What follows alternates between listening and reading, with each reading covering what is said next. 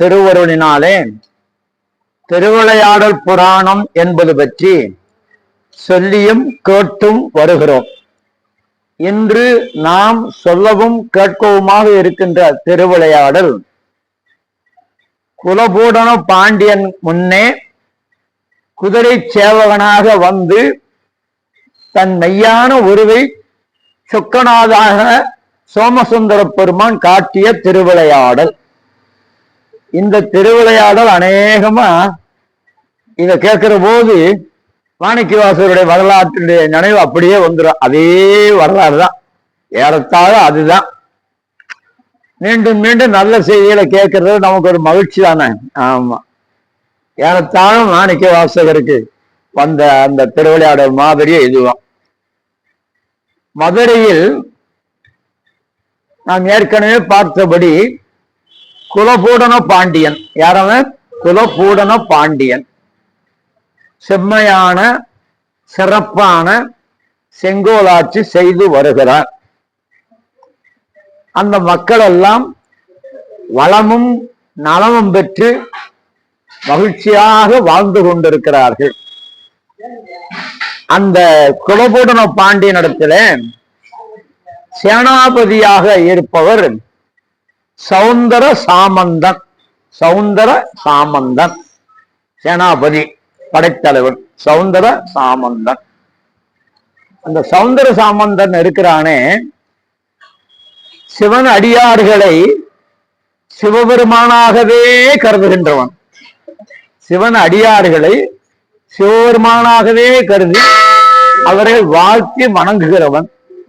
நாளும் நாளும் சோமசுந்தர கடவுளாய சொக்கநாத பெருமானுடைய திருக்கோயிலில் சென்று வழிபாடு செய்வதை தன்னுடைய முதல் கடமையாக கொண்டிருக்கிறவன் அந்த சேனாபதி சௌந்தர சாமந்தன் என்பவன்.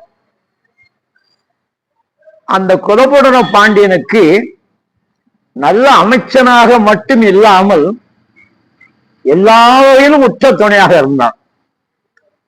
குலபூடன பாண்டியன் இடத்துல இம்மைக்கும் மறுமைக்கும் இந்த உலக வாழ்க்கைக்கு உரிய நல்ல செய்திகளையும் சொன்னான். மறுமையாகி அந்த உலக வாழ்க்கைக்கு போவதற்குரிய வழிமுறைகளையும் சொன்னான். அவனே ஒரு ஞான ஆசிரியனை போல இருந்து குலபூட பாண்டியனுக்கு இம்மை மறுமை பயன்களை எல்லாம் அவன் எடுத்து சொல்லி அவனுக்கு மிகுந்த துணையாக இருந்தான். அதனால குலபூடன பாண்டியன் நல்லதான ஒரு படைத்தலைவன் நமக்கு வந்து அமைச்சிருக்கிறான் என்று எந்த விதமான கவலையும் இல்லாமல் ஆண்டு கொண்டிருக்கிறான். ஆமா, நேரங்கள்ல சொல்லுவாங்கல்ல, ஒரு பழமொழி சொல்லுவாங்க, கோபம் இல்லாத ராஜாவும் குணமில்லாத மந்திரியும்பாங்க. கோபம் இல்லாத ராஜா, குணமில்லாத மந்திரி, ரெண்டு என்ன ஆகும் நினைச்சு பாருங்க. ஆமா, அப்படி இல்லாம இந்த குலபூடன பாண்டியனிடத்தில் மிகுந்த ஈடுபாடு கொண்டு இம்மைக்கும் அருமைக்குமான அத்தனை சிறந்த உதவிகளை எல்லாம் செய்து வந்தான். அந்த குலபூடன பாண்டியனும் இந்த சௌந்தர சாமந்தனே நமக்கு எல்லா வகையிலும் உற்ற துணையாக இருக்கிறான் என்று பெரிதும் மதித்து அவனை போற்றிக் கொண்டிருந்தான். இந்த நிலையில் பக்கத்து நாட்டில் வேடர்களுடைய தலைவனாக ஒருவன் இருந்தான். பக்கத்துல வேடர்களுடைய தலைவனாக இருந்தான். அவனுக்கு பேரு சாமந்தன் பேரு. என்ன பேருப்பா? ஆமா, வேடர்கள் குல தலைவன் சாமந்தன். எல்லா ஆற்றல்களும் பெற்றவன் தான். எல்லா ஆற்றல்களையும் பெற்றவன் தான். பொதுவாக ஒவ்வொருவருமே தனக்குத்தானே தன்னை பெருமிதமாக நினைத்துக் கொள்ளக்கூடாது. தனக்குத்தானே தன்னை பெருமிதமாக நினைத்துக் கொள்ளக்கூடாது. ஆணவமும் அகங்காரமும் அதனால வந்துவிடும். நானே எல்லாம், எனக்கே எல்லாம் தெரியும், எனக்கு தெரியாது ஒன்றுமில்லை, அப்படிலாம் சொல்லக்கூடாது.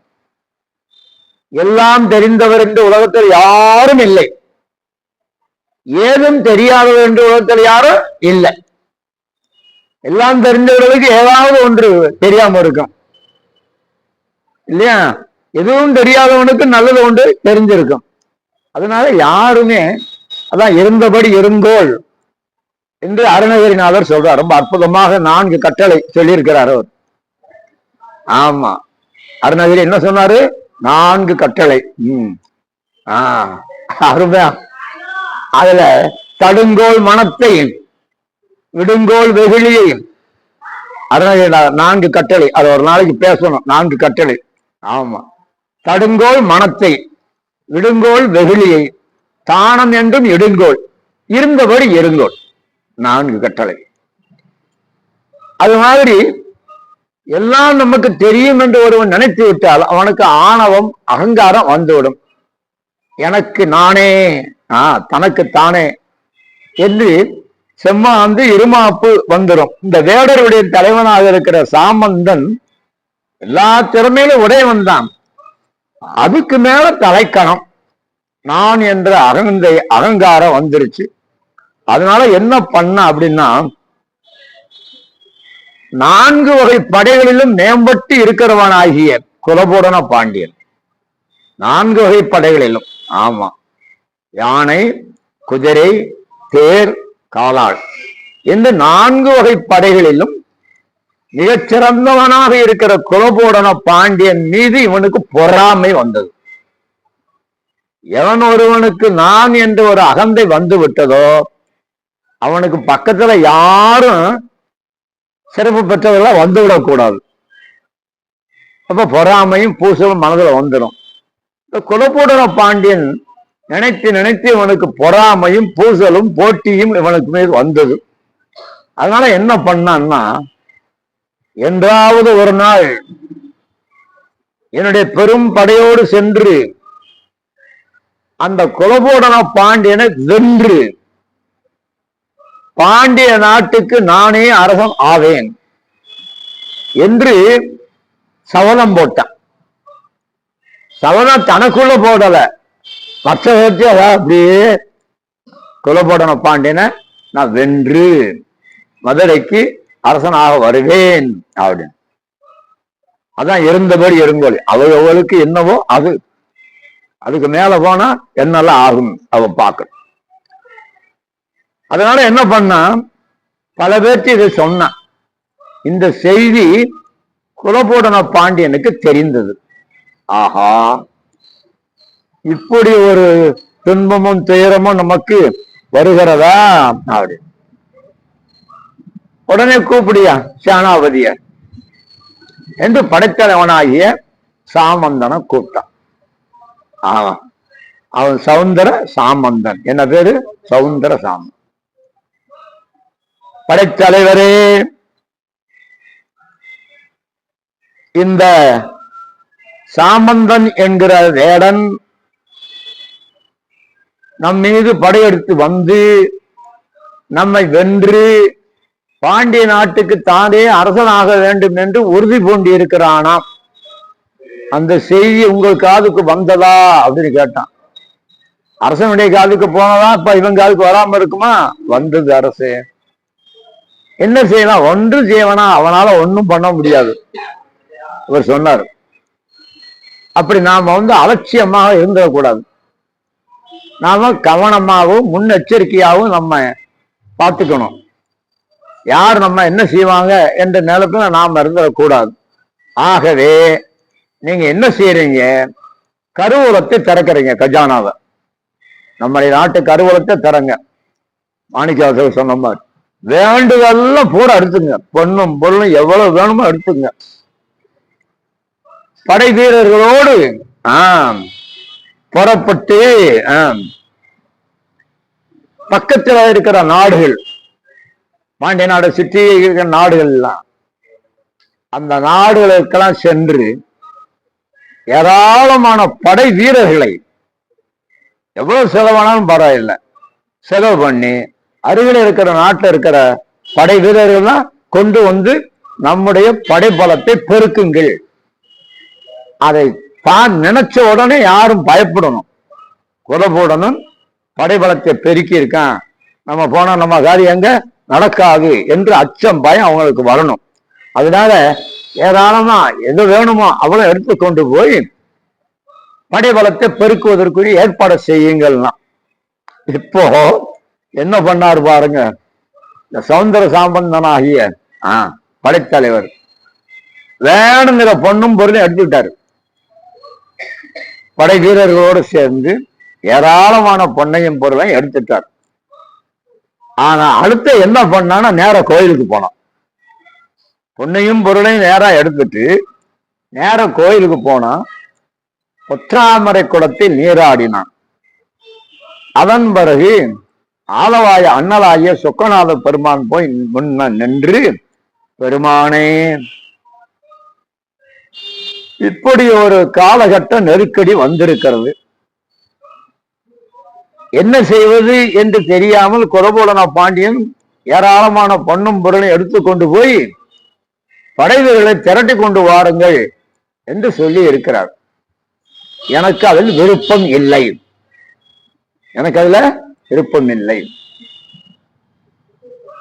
இந்த பொன்னும் பொருளும் உனக்கும் உன்னுடைய அடியவர்களுக்குமாகத்தான் செலவாகணுமே தவிர வீணாக சண்டை போட்டு மக்கள் மாண்டு விழ கடவுதற்கு இந்த செலவு எல்லாம் செய்வதில் எனக்கு விருப்பம் இல்லை.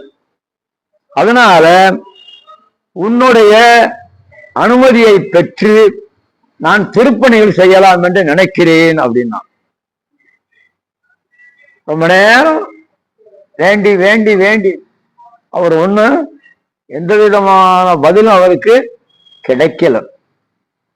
ஆனாலும் அதுல உறுதியா இருந்தா சௌந்தர சாமந்தன் என்ன பண்ணா திருப்பணிகள் ஆரம்பிச்சிட்டான்ப்பா.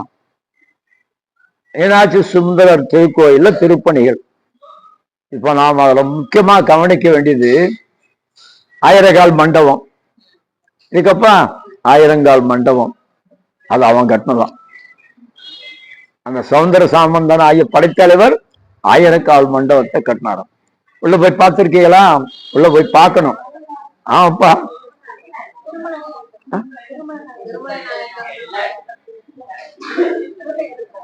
அவர் பின்னால திருமண நாயக்க மன்னர் பின்னால வந்து திருப்பணி செய்தவர், தொடங்கினவர் இவரு, முடிச்சு வச்சவர் அவர்.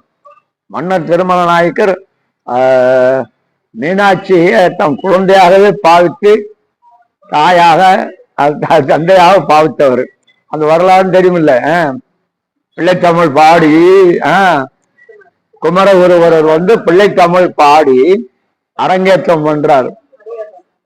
ஆமா, மீனாட்சியே சின்ன குழந்தையாக ஓடி வந்த அந்த குருக்களுடைய மகளா வடிவம் தாங்கி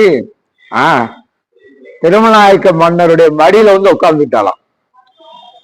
அவரு குருக்களுடைய பொண்ணு இல்ல, சரி சரி உட்கார.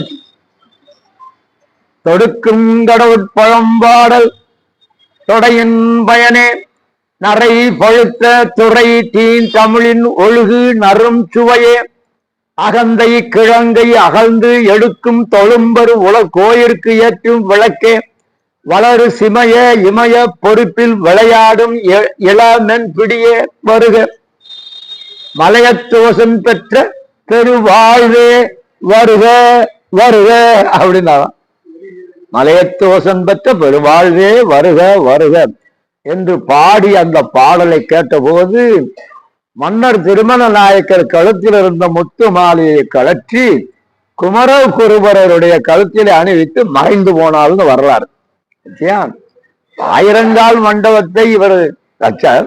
அந்த திருப்பணியை திருமண நாயக்கர் மன்னர் பின்னாலே வந்து உள்ள போய் பார்த்தீங்கன்னா ரொம்ப அற்புதமான சிற்ப வேலைப்பாடு வைப்பாங்க. என்ன பண்ணிட்டாங்க அப்படின்னா, நம்முடைய கோயில்கள்ல அத நேர போறது, சாமியை கும்பிடுறது, வெளியில வர்றது, அங்க என்ன ஏது அப்படிலாம் நமக்கு பார்க்கறதுக்கு தெரிய மாட்டேங்குது. நேரம் போக வேண்டியது, சாமியை கும்பிட வேண்டியது, வந்துட வேண்டியது. அந்த திருமண நாயக்கர் அந்த ஆயிரக்கால் மண்டபத்துக்குள்ள போனா ஏராளமான சிற்பங்கள், ஏராளமான சிற்பங்கள். அது நமக்கு எப்படி தெரியுதுன்னா, நிறைய படிக்கிறதுனால தெரியுது. சேலத்திலிருந்து மேட்டூர் போற வழியில தாரமங்கலம்னு ஒரு ஊருப்பா. சேலத்திலிருந்து மேட்டூர் போற வழியில தாரமங்கலம் ஒரு ஊர். எப்போ படிச்சுத சிற்பங்கள்லாம் ரொம்ப அற்புதமான சிற்ப வேலைப்பாடு உடைய கோயில் அப்படின்னு சொல்லி எப்போ படிச்சது. சேலத்துல 10வது SSLC தாழ் திருத்த போயிருந்தோம். அந்த ஞாயிற்றுக்கிழமை விடுமுறை விட்டுருவாங்க. அந்த ஒரு நாள் பக்கத்தில் இருக்க ஊர்களுக்கு போறதுன்னு ஒரு பழக்கம். அதனால நாங்க நண்பர்கள் 6 பேர் சேர்ந்து ஆரமங்கலத்துல போய் பெருமானை கும்பிட்டுட்டு வரலாம் அப்படின்னு சொல்லிட்டு நாங்க போறோம். கடையில் போய் அந்த கோயில் எங்க ஐயா இருக்குன்னு கேட்டா ஏற இறங்க பாக்குறாங்களே.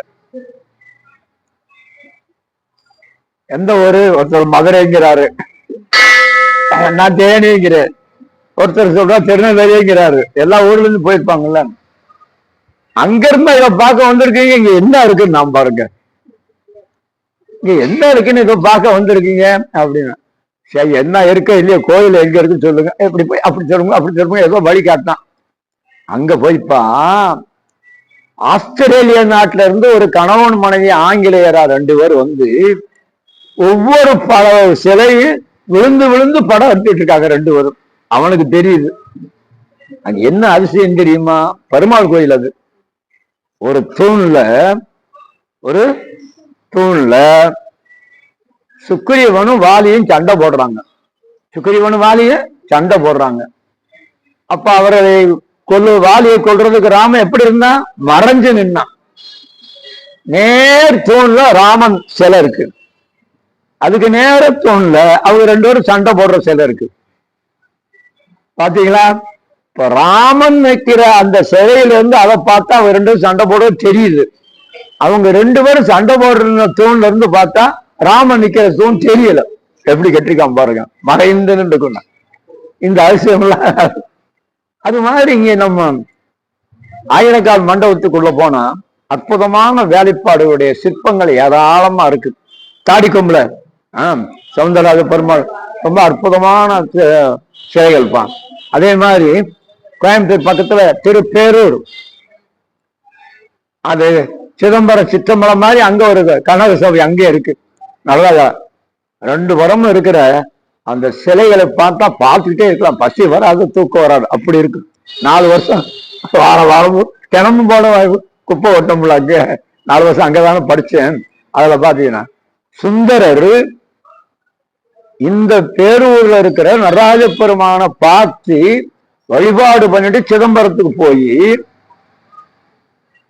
புலியூர் சிற்றம்பலத்து எம்பெருமானை, புலியூர்னா சிதம்பரத்துக்கு இன்னொரு பேரு, புலியூர் சிற்றம்பலத்து எம்பெருமானை மேலை சிதம்பரத்தை கண்டேனார். அதுக்கு மேலை சிதம்பரம் பேர் அவர் வச்சுட்டார்.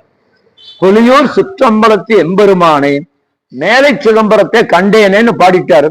வந்ததையா தீட்சதற்கு கோபம், எங்க சிற்றம்பலத்தில் இருக்கிற இறைவனுக்கு மேல இன்னொரு யாரையா எங்கயா பண்ண என்னையா பண்ற, அங்க போய் பாரு. அவர் என்ன சொன்னாரு? அங்க போய் பாரு, இந்த அழகும் சிறப்பும் அங்க அப்படியே இருக்கு, அதை போய் பாரு. நீங்க இங்கேயே கொண்டு செட்டு குதிரை ஓட்டிட்டு பாருங்க. அப்புறம் பார்த்து வந்து ஒத்திட்டாங்கன்னு பேரு. அது மாதிரி மண்டபங்குள்ள இருக்கிற சிற்ப சிலைகள் இதெல்லாம். ஆமா, இவன் என்ன பண்ணா பூரா இந்த சவுந்தர சாமந்தன் படைத்தலைவன் பொண்ணும் பொருளும் எல்லாம் செலவு பண்ணி எல்லாமும் அமைக்கிறானா. அதுக்கு மேல என்ன பண்றான் பாருங்க, பெருமானுக்கு வைர அணிகள். என்ன அணிகள்? வைர அணிகள். வைரத்துல தோல் அணி, தோள்பட்டையில அது மேல வைரத்துல குண்டலங்கள், வைரத்துல குண்டலங்கள். ஆமா, முத்து குடைகள். ஆமா, அவற்றையும் அவ்வளவும் என்னெல்லாம் செய்ய முடியுமோ அவ்வளவு சேர்த்தான். ஆமா, அதுக்கு மேல நாடு வளம் பெற வேண்டும் என்று பெருவிருப்பத்தோடு வேள்விகள் செய்தான். நிறைய வேள்விகளை செய்து, வேள்வி செய்யறது எதுக்குத்தான்? நல்ல மழை பெய்யணும், நாடு செழிக்கணும், மக்கள் எல்லாம் சண்டை சச்சரவு இல்லாம ஒற்றுமையா இருக்கணும் அப்படிங்கிறதுக்காகத்தான் வேள்விகள் செய்யறது. ஆமா, இப்போ எல்லாம் செய்த போது அதுக்கு மேல என்ன பண்ணா, அந்த வேள்வி யாகத்தை எல்லாம் செய்கிற அந்தணர்கள், சிவாச்சாரியர்கள் அத்தனை பேருக்கும் அள்ளி அள்ளி கொடுத்தானாப்பா, கிள்ளி கொடுக்கலையா. ஏன்னாப்பா கஜானா அவ்வளவு பாண்டியனுடைய கருவறையிலிருந்து அவ்வளவு கருவூலத்தை வந்து அவனும் கொண்டு வந்திருக்கான், அவ்வளவு கொடுத்தான். ஆமா, எல்லாம் செய்து. அப்போ அங்கே வருகிற சிவன் அடியார்கள், சுற்றி வருகிற சிவன் அடியார்கள் எல்லாம் அவர்களுக்கு வாங்க வாங்க வாங்க உட்காருங்க உட்காருங்க உட்காருங்க அப்படின்னு கூப்பிட்டு உணவு, உயர்ந்த உணவுகள் எல்லாம் வர வச்சு அவங்களுக்கு கொடுக்குறானா. அவங்க அந்த உணவை அவ வாழ்நாள்லயே அவ கண்டதில்லை, அப்படியா அவளை சாப்பிட்றாங்களாம். அப்படி சாப்பிடுறது அந்த கைகளிலிருந்து விழுகிற அந்த பருக்க இருக்க, அவர்கள் அதை வாங்கி சாப்பிட்றானா. அது போக அந்த இலையில அவங்க மிச்சம் மீது வச்சிருப்பாங்கல்ல, அதை சாப்பிடணும். சிவனடியார்கள் அதுதான் சிவனாகவே பாவிக்கிறது. சிவனடியார்களை சிவனாக பாவிக்கிறது. அது இப்ப சில வீடுகள்ல பாத்தீங்கன்னா இப்ப பந்தி வைக்கிறோம்ல, ஆமா, நம்ம போய் சாப்பிட வச்சுங்க, இலையை நம்ம எடுக்க விட மாட்டாங்க, அவங்க தான் எடுப்பாங்க. அது ஒரு பெரியவங்க சொல்லியிருக்காங்க, அதான் பெரியவங்க. இப்ப அவங்களுக்கு வேணுங்கிறது அவங்களுக்கு வேணும். அவங்க சாப்பிட்டது போக இலையில மிச்சம் மீதம் வச்சிருக்காங்கல்ல, அத அவன் அப்படியே இவன் சாப்பிட்டாலும் ஒரு பெரிய மகிழ்ச்சி நம்மளுக்கு அதுல. ஆமா. அப்போ யாரெல்லாம் நெற்றி நிறைய திருநீர் பூசியிருக்காங்களோ, யாரெல்லாம் ஒருத்தராக்கம் அணிந்து வருகிறார்களோ, பார்த்தா அவங்க நடுஞ்சான் கிடையா விழுந்து வணங்கி சிவமாகவே பாவித்து வழிபாடு பண்ணினான். ஆமா. சிவன் அடியார்களுக்கு வர்றாங்கல்ல, இந்த அப்படி 1000 பொண்ணா ஒவ்வொருத்தருக்கும்.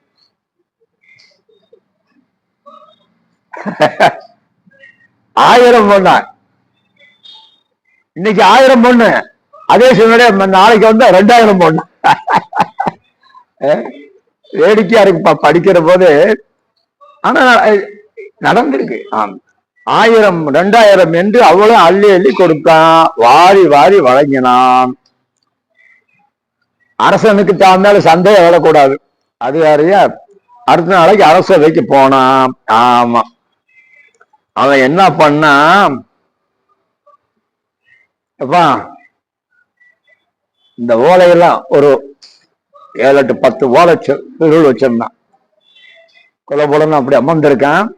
அமைச்சனுங்க, சேனாபதி இருக்காரு, பணியாளர் இருக்காங்க, அவங்கெல்லாம் கூப்பிட்டான். இந்த ஓலைகள் எல்லாம் நம்முடைய பக்கத்தில் இருக்கிற நாட்டு அரசர்களுக்கு ஒண்ணும் இல்லை, அதுல போலியான ஓலை எதுவுமே அதுல இல்லை.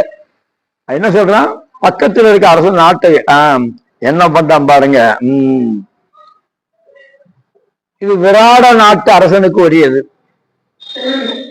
இது மராட்டி அரசனுக்கு உரியது, இது கொங்கண அரசனுக்கு உரியது, இது வங்கதேசத்து அரசனுக்கு உரியது. அப்படியே ஒவ்வொருத்தருக்கு இது அங்கத தேசம், வங்கதேசம், அங்கதேசம் என்று வரிசையா அப்படியே பார்த்து பார்த்து கொண்டு போய் கொடுத்து அந்த நாட்டுல இருந்து வீரர்களை வர செய்யறதுக்கு பதிவு பண்ணுங்க, யார் யார் வர்றாங்க, எத்தனை பேர் வர்றாங்க, எப்படிப்பட்ட படை வீரர்கள் வர்றாங்க அப்படின்னு பொய்யான ஓலை அனுப்பினான். மெய்யான ஓலை இல்லை, பொய்யான ஓலை அனுப்பினான். இந்த கொலைபோடனுக்கு அதனால சந்தேகம் எதுவுமே வரல, அதெல்லாம் அனுப்பிட்டான். சரி, 1 மாதம் ஆச்சு, 2 மாதம் ஆச்சு, 3 மாதம் ஆச்சு, 4 மாதம், 5 மாதம், 6 மாதம் ஆயிடுச்சு. இவன் வரும் வரும் வரும், படையிலெல்லாம் வரும் வரும், பொய்யான ஓலைய அப்புறம் உண்மையான ஓலையா இருந்தா வரும் வரும் வரும் வரும் என்று சொல்லிக்கிட்டே இருந்தான். வந்த வாடா தெரியல, மனசுல லேச ஒரு பக்கம் சந்தேகம் வந்துருச்சு. என்ன என்ன நடக்குது இங்க, ஒரு நாள் இந்த சௌந்தர சாமந்தான் அப்படி இருந்தது இல்லையே என்று மனது ஒரு வகையான சந்தேகம் வந்து விட்ட உடனே அவன் என்ன பண்ணா, என்னையா ஆச்சு, எங்கே, அரசே வந்துடும் வந்துடும் வந்துடும், கவலைப்படாதீங்க, எல்லாம் ஏற்பாடு பண்ணிட்டேன், திரும்ப திரும்ப திரும்ப திரும்ப சொல்றான். இப்போ பாண்டியன் குலபூடனன் சொன்னான், நாளை சூரியன் மறைவதற்கு முன்னால், சூரியன் மறைவதற்கு முன்னால் நீங்கள் அனுப்பிய நாட்டு படை வீரர்கள் அத்தனை பேரும் என் முன்னே வர வேண்டும், கொண்டு வந்து நிறுத்துங்கள் சொல்லிட்டான். என்ன பண்றது, நாளை சூரியன் மறைவதற்கு முன்பு எந்தெந்த நாட்டுக்காரர்களும் ஒரு பெரிய பட்டியல் போட்டே இல்லை, அந்தந்த நாட்டு படை வீரர்கள்லாம் கொண்டு வந்து என் முன்னே நிறுத்துங்கள் அப்படின்னு ஒரு உத்தரவை போட்டுட்டான் குலபோடன பாண்டியன். அப்பா இவரு அப்போ இப்போ சௌந்தர சாமன் நாளை படை வீரர்களோடு வருவேன். அரசே, குலபோடன மன்னனே, அரச சபையில் இரும். எங்க அரச சபையில் நீர் இருவீர். நான் நாளை மற்ற நாட்டு படை வீரர்களோடு நான் வருவேன் என்று சொன்னான். சொல்லிட்டா என்ன பண்ணான் பாருங்க. நேர திரும்ப சொக்கநாதங்கிட்ட போனான். மன்னனுடைய கருவூலத்திலிருந்து கொண்டு வந்த பொன்னும் பொருளும் வீணாக சண்டையிடுவது, போர்க்களத்துல மக்கள் மடிந்து சாவதற்கு அது செலவு பண்ணக்கூடாது, நல்ல வழியில செலவு பண்ணணும். நல்ல வழியில வந்த பணம் இது, நல்ல வழியில செலவு பண்ணணும்னு நினைச்சு உன்னுடைய திருக்கோயில் திருப்பணிக்கே அத்தனையை நான் செலவழித்தேன். இப்போ சொல்றான், இப்போ பாண்டியனுடைய கட்டளை எனக்கு ஒரு சோதனை வந்தது. அன்றே எந்த ஆவியும் உடலும் உடமை எல்லாமும் கொண்டே அணையாய் என்னை ஆட்கொண்டையோ கொண்டிலையோ, அன்றே எந்த உடலும் ஆவியும் உடலும் எல்லாமும் கொண்டே அணையாய் நீ ஆட்கொண்ட போதே கொண்டிலையோ, இன்று ஒரு இடையூறு எனக்கு உண்டோ? முக்க நம்பரும் நன்றே செய்வாய், பிழை செய்வாய், நன்றே செய்வாய், நல்லதாப்பா செய்வேன், பிழை செய்வாய். நானோ இதற்கு நான் இதுக்கெல்லாம் கிடையாது. ஏன் நான் தான் ஒண்ணு என்ன உங்ககிட்ட ஒப்படைச்சிட்டேன். அப்ப எல்லாமே நல்லது கெட்டதெல்லாம் யாருக்கு? ஓம் பொறுப்பு தான். நான் எனக்குன்னு நான் நினைச்சா தானே எல்லாம் ஒன்னதுன்னு ஒப்படைச்ச பிறகு நன்றி செய்வாய், பிழை செய்வாய். அப்படி ரெண்டு பெரியவங்க குன்றக்குடி சாமி தலைமையில ஒரு மதுரையில திருவள்ளுவர் கழகத்துல விழா நடக்குது. ரெண்டு பெரியவங்க, ஆமா ரொம்ப பெரிய ஆட்கள். ரத்தனம் செட்டியார்னு ஒருவர் வந்து பேசினார். முதல்ல ரத்தன செட்டியார் அப்படின்னு. அப்புறம் வாகீச கலாநிதி கீவா ஜெகநாதன் திருவாசக கர்த்தருக்கு இப்படி பேசுறாங்க. அவர் சொல்லிவிட்டாரு, இவர் கேட்கிறாரு, வந்துருமா? அன்றே எந்த நாதியும் உடலும் உடவே எல்லாம் கொண்டு யானை ஆட்கொண்ட போது கொண்டிலே என்றோரு இடையொரு எனக்கு உண்டோ எந்தோல் முக்க நிம்மான நன்றி செய்ய பழி செய்வாய், நானும் அதற்கு நியாயம். என்ன அர்த்தம்?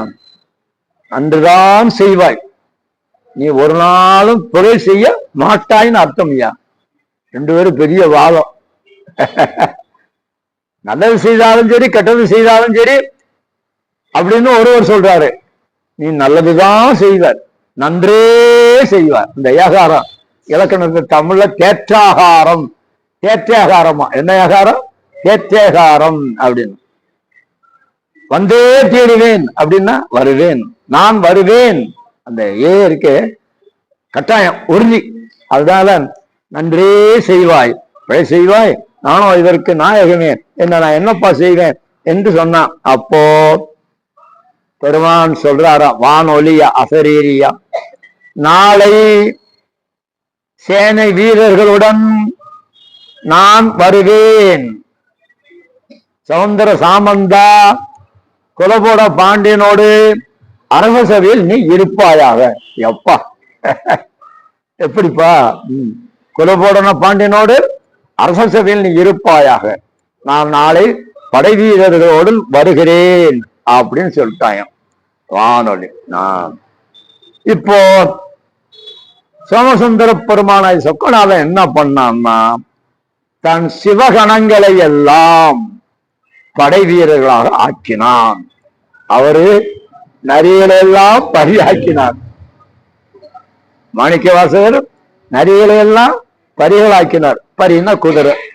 இப்ப இவர் என்ன பண்ணாரு, சேனை வீரர்களை எல்லாம் சிவகணங்களை எல்லாம் அவர் வேறேந்திய வில்லேந்திய வீரர்களாக ஆக்கி தானும் ஒரு குதிரை வீரனால், அதான் முக்கியம். தானும் ஒரு குதிரை வீரனாய் ஆனாம். எப்போ வருதுப்பா? எப்போ? இப்ப அந்த குலபுடன பாண்டியன் சொல்லிட்டானா நாளைக்கு மாலையிலன்னு இரவெல்லாம் தூங்காது இருந்தானா. என்ன நடக்கும் என்ன நடக்கும் என்ன நடக்குன்னு. அதுக்கு பிறகு பாருங்க, எல்லாம் புறட்டு வர்றாங்களாம். அந்த 18 வகையான ஆயுதங்களை தாங்கி வர்றாங்களா. எத்தனை வகையான ஆயுதம்? 18 வகை. வாள், கத்தி, குந்தம், ஆமா, வாள், குந்தம், இரும்பு உலக்கை, திகிரி, மழு, வில், வேல் என 18 வகையான ஆயுதங்கள். அந்த காலங்கள்லப்பா அரசனுடைய அரண்மனை கோட்டை மதில் இருக்கும்ல, அதுல பல்வேறு வகையான ஆயுதங்களை மறைச்சு வச்சிருப்பாங்களாம். எதிரி நாட்டு படை நெருங்கி வந்துட்டுன்னா அந்த கோட்டை மதில் இருக்கிறத வெளியில வந்துருமா, தானே ஏங்குமாப்பா, அடி போடுமா, அதுவா அம்புகள்லாம் அதுவா தடு பாயுமா. இப்ப திண்டுக்கல் மலைக்கோட்டையில பாத்தீங்கன்னா தெரியாது அந்த காட்சியெல்லாம். தானே அது கோட்டையில அப்படி அமைச்சிருக்காங்க. இன்றைக்குதான் என்ன பெரிய அறிவியல் என்றைக்கே எவ்வளவு பெரிய அறிவியல் வந்து பாருங்க. வெளியில பார்த்தா தெரியாது, ஆயிரக்கணக்கான கருவிகள் அங்க இருக்கும், வெளியில தெரியாது. வெறும் கோட்டை மாதிரி தானே, நம்ம என்ன செய்ய அப்படின்னு இவங்க போற போது அத்தனையும் வெளியில வந்து அத வேலைய செஞ்சிடணும். பாருங்க, வாள், குந்தம், இரும்பு உலக்கை, திகிரி, மழு, வில், வேல் முதலான 18 வகையான ஆயுதங்கள் கொண்டு வீரக்கடல் அணிந்து காற்றினும் கடிய வேகம், காற்றுக்கு மேல வேகமா போறது ஏதாவது இருக்கப்பா? வாயு வேகம், மனோவேகம் அப்படின்னு என்ன அர்த்தம் சொல்லுங்க?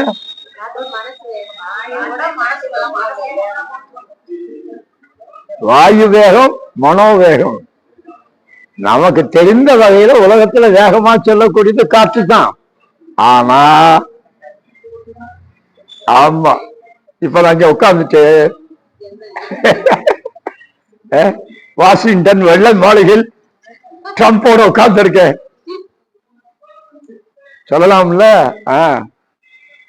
ஆமா, ரவீந்திரநாத் தாகூர்ப்பா அவர் வீட்டுல சின்ன பையனா இருக்கிற காலத்துல அவர் வீட்டுல பழைய காலத்து தேர் பயன்படாம அப்புறம் நிறுத்தி வச்சிருந்தாங்களாம்.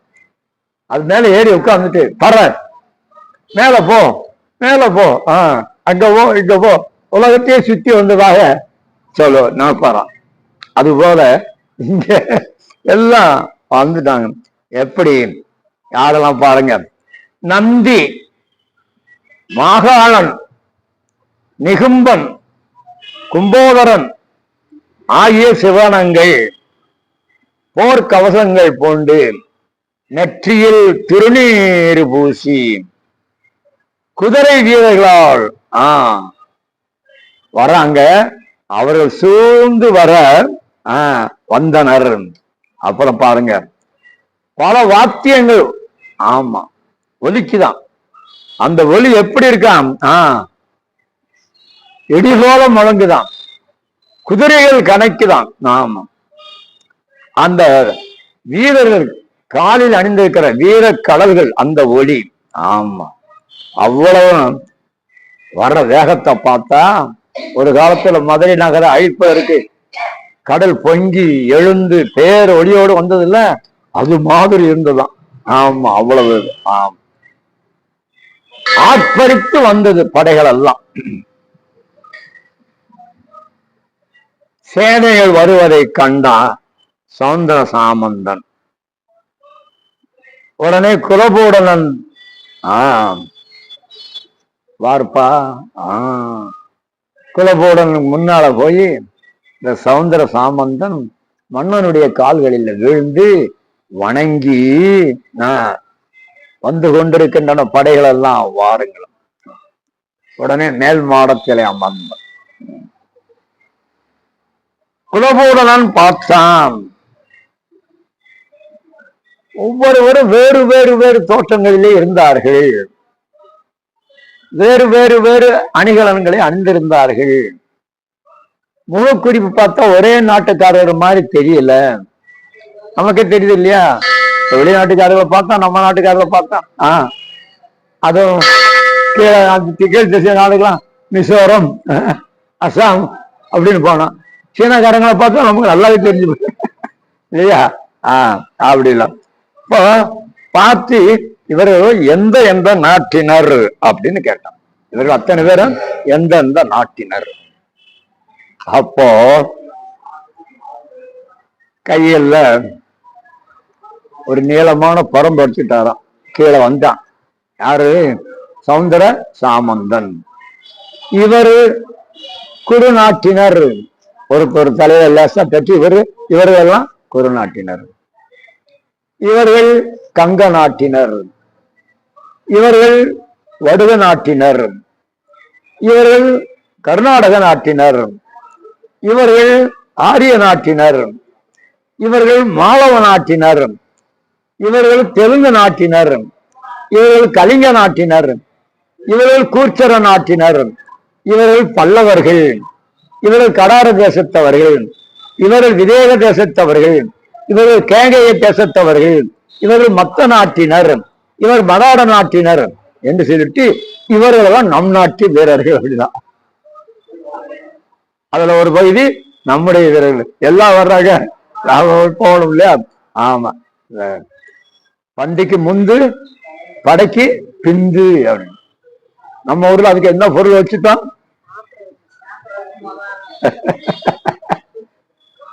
பந்தி அதை நினைச்சுட்டான். படைக்கு பிந்து இல்ல. பந்தி என்பது இங்க விருந்தல்ல, படை வரிசை. பந்தி என்பதுக்கு என்ன பேரு? படை வரிசை. அதுக்கு முன்னால நிக்கணும். படையல் வீட்டுல போடுறாங்க, படையல் இருக்குல்ல, அதுக்கு பின்னால எல்லாரும் சாப்பிட்டப்போ நாம சாப்பிடணும். பந்திக்கு முந்து படைக்கு பிந்து. பழமொழி பொருள் எல்லாம் எப்படி கொண்டு நமக்கு தகுந்த மாதிரி மாற்றி வச்சுக்கிட்டோம் நாம. ஆமா. அதெல்லாம் பந்திக்காவது முந்தறதாவது யார் போய் உயிர் கொடுக்கறது? முடியாது, முடியாது. அவங்க போற எல்லையில நின்று, அவர் எல்லையில் நின்று நம்மை காப்பதுனாலதான் நம்ம தொல்லை இல்லாம இருக்கான். இல்லையா நாம எங்க அவ உயிரை கொடுத்து காப்பாத்திட்டு இருக்காங்க. இப்ப அதெல்லாம் ஒவ்வொருத்தரா பார்த்தா, இந்த நாடு இந்த நாடு இந்த நாடு இந்த. சரி, அது உயரமான ஒரு குதிரை. அப்படி ஒரு குதிரை நான் இதுவரைக்கும் பார்த்ததே இல்லை. அதுல உட்கார்ந்து இருக்க அழகே வடிவமா இருக்கு, வீர துருவமா இருக்கு. இவ்வளவு ஒரு வீரமா, இவ்வளவு தோற்றமா? யார் அவன்? அவர் தான் ரொம்ப ஆள் உட்கார்ந்து இருக்காரு. சொக்கநாதர். அது ஒரு குதிரை மேல அவர் உட்கார்ந்து இருக்காரு. அந்த குதிரையும் அவன் வந்திருக்கிற அந்த தோற்றம் தனிச்சிறப்பு உடையதா இருக்கு. அதனால யாரும் பார்த்த உடனே வேறுபாடு தெரிஞ்சு போகும். யாருது? ஆமா அப்படின்னு கேட்டான்.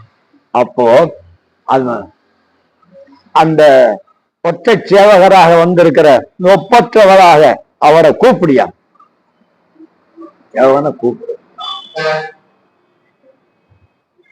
உடனே சௌந்தர சாமந்தன் எப்போன்னு அவர் அடியவனுடைய அழைப்பு அவரை எதிர்பார்த்து காத்திருக்காரா.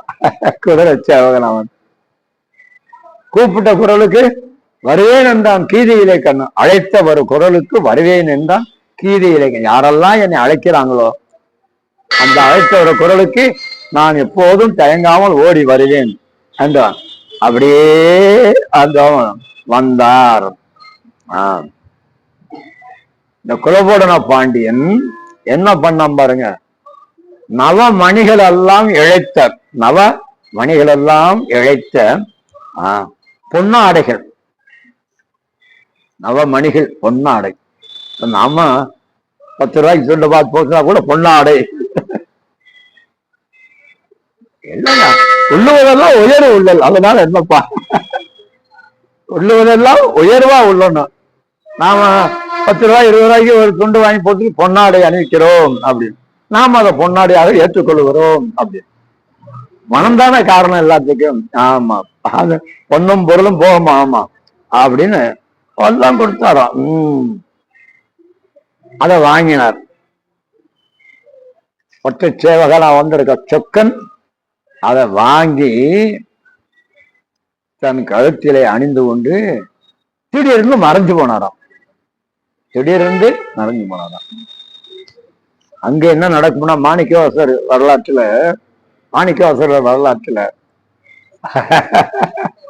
வண்ணம் கொடுக்குறேன். கொஞ்சம் கூட போர் வீரம் மரியாதை எதுல வாங்கினாரா? குதிரை, அந்த ஒரு கம்பு குச்சி, அதுல வாங்கினாராம். எவ்வளவு திமிரு! நான் மன்னன் நான் கொடுக்கிறேன், கொஞ்சம் கூட அலட்சியமா ஒரு குதிரை வீரன் கம்பளம் குச்சியில வாங்குறானே அப்படின்னா அந்த இங்க அப்படி இல்லை. வாங்கினார், அணிந்தார், உடனே மறைந்து போறார். அப்போ இவன் அப்படியே திகச்சு போய் நிக்கிறான். எங்க இந்நேரம் நம் முன்னே நின்று எல்லா ஆடலையும் காட்டியவன் திடீரென்று மறைந்து போனானே அப்படின்னு அவர் நினைக்கிறார். யார கொலை போடணும்? பாண்டியன். அப்போ இப்ப என்ன பண்ணாரு அப்படின்னு வந்து ஒரு அரண்மனை சேவகன் வெளியில இருந்து ஒருத்தன் உள்ள வந்தான் வேகமா. பாண்டிமா மன்னனே அப்படின்னு கூப்பிட்டான். வணங்கி நான் பண்ணிட்டான். என்ன அப்படின்னா, அப்போ நம் மீது படையெடுத்து பாண்டிய நாட்டை கைப்பற்றுவேன் என்று வந்தான் அல்லவா? யாருப்பா? சேதிராயன். அவன் வருகிற வழியிலே புலியினால் தாக்கப்பட்டு இறந்து போனான். வருகிற வழியில புலியினால் தாக்கப்பட்டு இறந்து போனான். எல்லாமே இவனுக்கு புரியல. இவர் மறைந்து போனார், வருகிற பகைவனும் இறந்து போனான் அப்படின்னா நினைக்கிற போது கண்களை நினைக்க நினைக்க கண்ணீர் பெருகியது. நெகிழ்ந்தான், மகிழ்ந்தான். அத்தனையும் சொக்கநாதராய சோமசுந்தர கடவுளின் திருவருள் தான் என்பதை அப்போது புரிந்து கொண்டான். பெருமானே, நீ இப்படி ஒரு குதிரை சேவனாக வருவதை நான் பார்க்கவா நான் இருக்கிறேன். என்ன அழகு, என்ன வீர, எப்படி இருக்க வேண்டியது அப்படின்னு உடனே தன் உருவை காட்டினாராம், மெய் காட்டினார். சொக்கநாதன் தன்னுடைய இயல்பான உருவை காட்டி மீண்டும் மறைந்து போனார். அதான் நெய் காட்டு திருவிளையாடல், நெய் காட்டிய திருவிளையாடல். மறைந்து அப்படியே போயிட்டாரு. அப்போ அவன் வருந்தினான். அப்ப என்ன பண்ண? ஆனந்த கண்ணீர் வடித்தான். இந்த நிலையில தனக்கு உற்ற துணையாக, உயிர் துணையாக இருந்தவன் யாரு? சௌந்தர சாமந்தனம். அவன் கால போய் விழுந்தான். இத அந்த சேனாபதியின் காலில் போய் விழுந்து, சௌந்தர சாமந்தனே, உன்னால் அல்லவா சொக்கநாதன் சோமசுந்தர பெருமானுடைய திருக்காட்சி, மெய் காட்சி எனக்கு கிடைத்தது.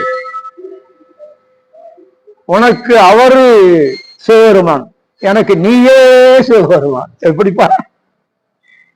உனக்கு அவர் சிவபெருமான், எனக்கு இப்படிப்பட்ட ஒரு அருமையான வாய்ப்பு கிடைப்பதற்கு துணை நின்ற நீயே எனக்கு சிவபெருமான் என்று சொல்லி, எனக்கு கடவுள் நீயே என்று சொல்லி அவனுடைய திருவடிகளை வீழ்ந்து வணங்கி போற்றி அவனுக்கு வேண்டிய அளவு பொன்னும் பொருளும் அத்தனையும் கொடுத்து சிறப்பு செய்தான் என்று இந்த வரலாறு நிறைய வருகிறது. சரியாவா? வேண்டும்.